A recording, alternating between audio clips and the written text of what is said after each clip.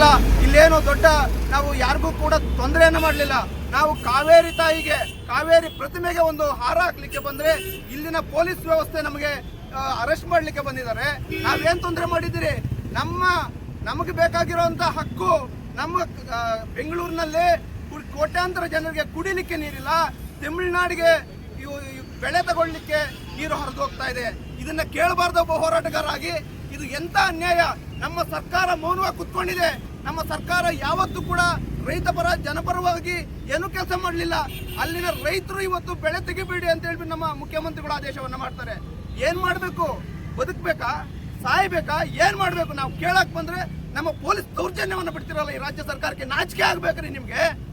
ನಾವೇನ್ ಮಾಡಿದ್ವಿ? ಒಂದು ಕಾವೇರಿ ತಾಯಿಗೆ ಮಾಲಾರ್ಪಣೆ ಮಾಡ್ಲಿಕ್ಕೂ ನಮ್ಗೆ ಅವಕಾಶ ಇಲ್ಲ ಅಂದ್ರೆ ನಾವೇನ್ ಕರ್ನಾಟಕದಲ್ಲಿ ಇದೀವಾ, ತಮಿಳುನಾಡಿದೀವಾ, ಬೇರೆ ಯಾವ್ದನ್ನ ದೇಶದಲ್ಲಿದೀವಾ?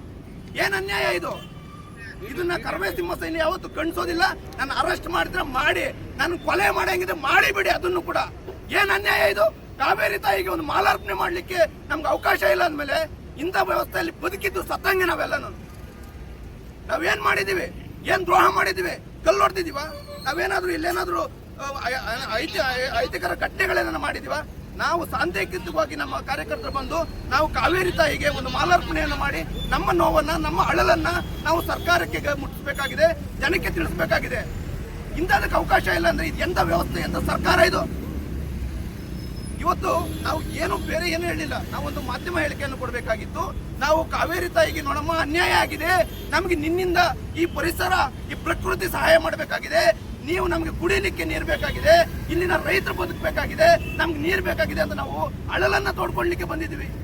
ನಾವು ಯಾರ ಮೇಲೆ ದೌರ್ಜನ್ಯ ಮಾಡ್ಲಿಕ್ಕೆ ಬಂದಿಲ್ಲ. ನಾವೇನೋ ಮುಚ್ಚು ಕಥೆಗಳೇನು ತಗೊಂಡ್ಬಂದಿದ್ರ, ಕಲ್ಲುಗಳು ತಗೊಂಡ್ಬಂದಿದ್ರ? ಯಾಕ್ರಿ ಇಂತ ಅನ್ಯಾಯ ಮಾಡ್ತೀರಿ? ನಮ್ಗೆ ಹೋರಾಟಗಾರ ಅಂದ್ರೆ ಬೆಲೆನೇ ಇಲ್ವಾ? ಇಲ್ಲಿನ ಪ್ರಜೆಗಳು ಹೆಂಗ್ ಬದುಕಬೇಕು? ಏನ್ ದೌರ್ಜನ್ಯ ಇದು? ನೋಡಿ, ರಾಜ್ಯದ ಜನ ಇಂಥ ವ್ಯವಸ್ಥೆಯನ್ನ ಧಿಕ್ಕರಿಸಿ ನೀವು ಹೊರಗಡೆ ಬಂದಿಲ್ಲ ಅಂದ್ರೆ ಖಂಡಿತವಾಗ್ಲೂ ಇದು ನಮ್ಗೆ ನಿರಂತರವಾಗಿ ಇಲ್ಲಿ ಬೆಂಗಳೂರಲ್ಲಿ ಬದುಕ್ತಾ ಇರೋಂಥ ಪೊಲೀಸರಿಗೂ ಅದೇ ಕಾವೇರಿ ನೀರು ಬೇಕ್ರಿ. ಆ ನೀರಿಲ್ಲ ಅಂದ್ರೆ ನೀವು ಬದುಕಲಿಕ್ಕೆ ಸಾಧ್ಯ ಇಲ್ಲ. ನೀವು ಪ್ರಾಮಾಣಿಕವಾಗಿ ಜನಪರವಾಗಿ, ರಾಜ್ಯದ ರೈತರ ಪರವಾಗಿ, ಪ್ರಜೆಗಳ ಪರವಾಗಿ ನಿಲ್ಬೇಕಾಗಿದೆ. ಭ್ರಷ್ಟಾಚಾರ ತಾಂಡವಾಡ್ತಾ ಇದೆ ಈ ರಾಜ್ಯದಲ್ಲಿ. ಯಾವನು ಕೇಳವನಿಲ್ಲ ಇಲ್ಲಿ.